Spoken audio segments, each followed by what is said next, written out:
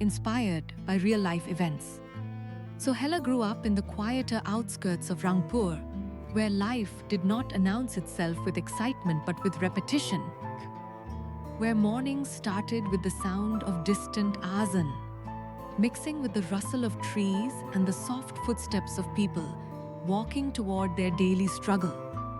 And from a very early age, she learned that life, for most people around her, was not about chasing dreams, but about protecting stability. And her father was a quiet, disciplined man who worked in a small transport business, coming home late every night with tired eyes that never fully rested even in sleep. While her mother carried the emotional structure of the house, turning limited resources into survival through patience, planning, and silent sacrifice. And Sohela grew up, observing all of this carefully, not always understanding it fully, but absorbing it deeply. And she was not a loud child, not someone who demanded attention. Instead, she often stayed in her own world, watching people, listening to conversations, and thinking more than she spoke. And in school, she was an average student, neither celebrated nor ignored, just existing in the middle of expectations, quietly completing what was required, while her mind wandered toward things she could not yet name. And as she grew older, that quiet imagination slowly turned into a deeper feeling that life must be more than repetition, more than routine, more than simply surviving from one day to another. But she never said this out loud, because she could already feel how fragile dreams sounded in her environment. And after finishing her studies, she reached a moment that quietly changed everything, because life presented her with two paths at the same time. One was a stable office job in her hometown with fixed salary, predictable routine, and social acceptance. And the other was an uncertain opportunity in a small startup in the city that offered no guarantee, no structure, only ambition wrapped in uncertainty and the possibility of something larger than ordinary life. And for days, Sohela lived inside that decision silently, not speaking it to anyone fully, because every voice around her leaned towards safety, every relative suggested stability, every logical argument supported security. But inside her, something resisted that comfort, not loudly but consistently, like a quiet pressure she could not ignore. And one evening, she sat beside her mother in their small courtyard, watching the fading light of sunset spread slowly across the sky, and she asked softly, "Amma, what if I choose the wrong path and fail?" And her mother paused for a long time before replying, "Wrong paths are not always wrong. Sometimes they are just harder lessons, but regret is heavier than failure." And those words stayed with Sohela longer than she expected, echoing in her thoughts during silent nights when everything else felt uncertain. And after days of internal conflict, she finally made her decision to join the startup, stepping into a world that felt unfamiliar from the very beginning. Because the city office was small, slightly chaotic, filled with young people trying to build something without knowing exactly how, and nothing felt stable or predictable, not even time itself. And in the beginning, Sohela tried to adjust quickly, working longer hours, learning systems, observing everything, trying to prove her place through effort and consistency. But slowly, she discovered that effort without direction often leads to exhaustion. And there were nights when she returned to her rented room completely drained, sitting quietly in the dim light, staring at the ceiling fan, moving endlessly, as if time itself had no intention of stopping. And during those moments, she would think about home, about her mother cooking simple meals with careful hands, about her father returning late from work with silent fatigue, and a strange guilt would rise inside her, as if choosing ambition meant abandoning comfort.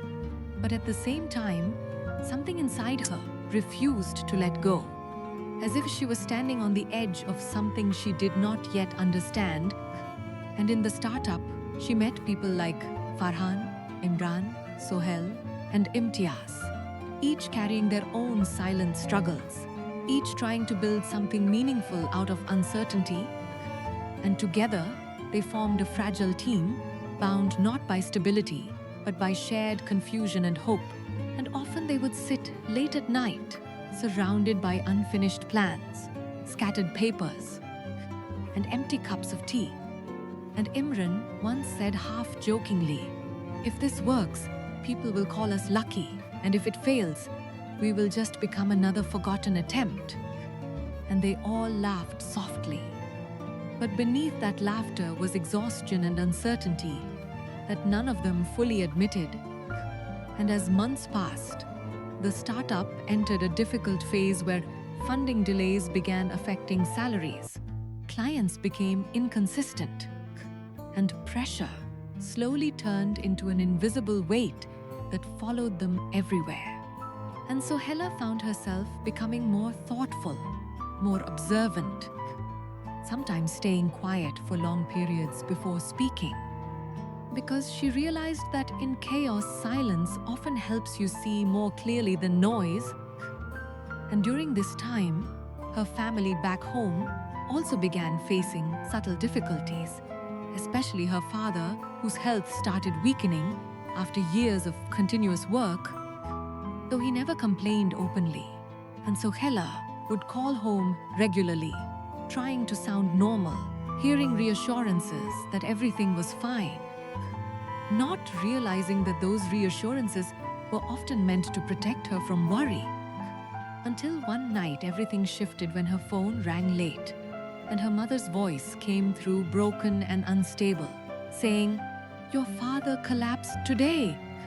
And in that instant, everything inside Sohela froze, because suddenly all her struggles, deadlines, and ambitions felt distant and small compared to the fear of losing someone who had always been her quiet foundation. And she rushed back home immediately, traveling through a journey that felt heavier than distance itself. And when she reached the hospital and saw her father lying weak, connected to machines, breathing slowly, she felt a kind of silence inside her that words could not fill, because the man she had always seen as strong now looked fragile in a way she had never been prepared for. And she sat beside him, holding his hand, feeling the years of effort and sacrifice inside that single touch. And her father slowly opened his eyes and said softly, "Don't stop your life because of me, just make it meaningful." And those words carried both love and pain together in a way that stayed inside her forever. And after days of uncertainty, his condition stabilized, but never fully returned to what it once was. And so Hella returned to the city, carrying a different kind of emotional weight, one that made every decision feel more serious, every failure more personal, and every success more meaningful. And the startup soon reached one of its most critical phases, where everything felt like it might collapse at any moment. And one rainy night, when the office was nearly empty and silence filled every corner, so Hella sat with Farhan and Imran, listening to the rain hitting the glass like a slow reminder of uncertainty. And Farhan said quietly, "Maybe this is where most people give up." And Imran replied after a pause, "Or maybe this is where people discover who they really are." And so Hella stayed silent for a long time, feeling everything she had lived until that moment collide inside her. The fear, the responsibility, the memory of her father, the weight of her choices.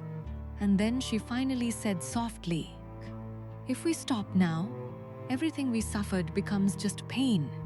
But if we continue, even pain becomes part of something meaningful."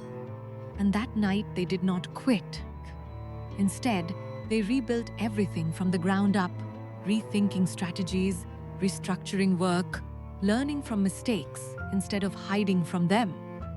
And slowly, step by step, things began to change, not suddenly but gradually, like light returning after a long darkness.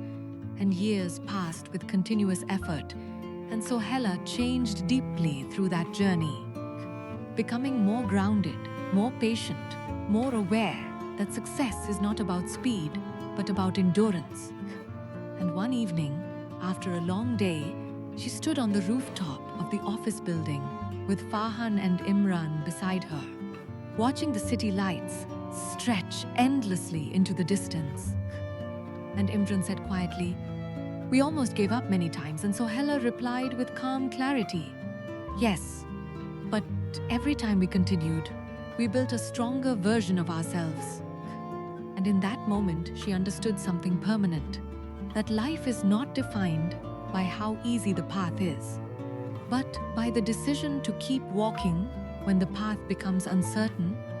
And every hardship carries a lesson that only time reveals, and every choice shapes a future version of yourself. You will one day meet with understanding. And as the wind moved across the city, she realized that true strength is not never falling, but choosing to rise again after every fall. And the real meaning of life is not found in avoiding struggle, but in transforming it into direction. Because in the end, a person is not measured by the comfort they choose, but by the resilience they build when comfort disappears. And that truth stayed with her like a quiet light that never faded, reminding her that every ending people fear is often just the beginning of finally becoming who they were always meant to be.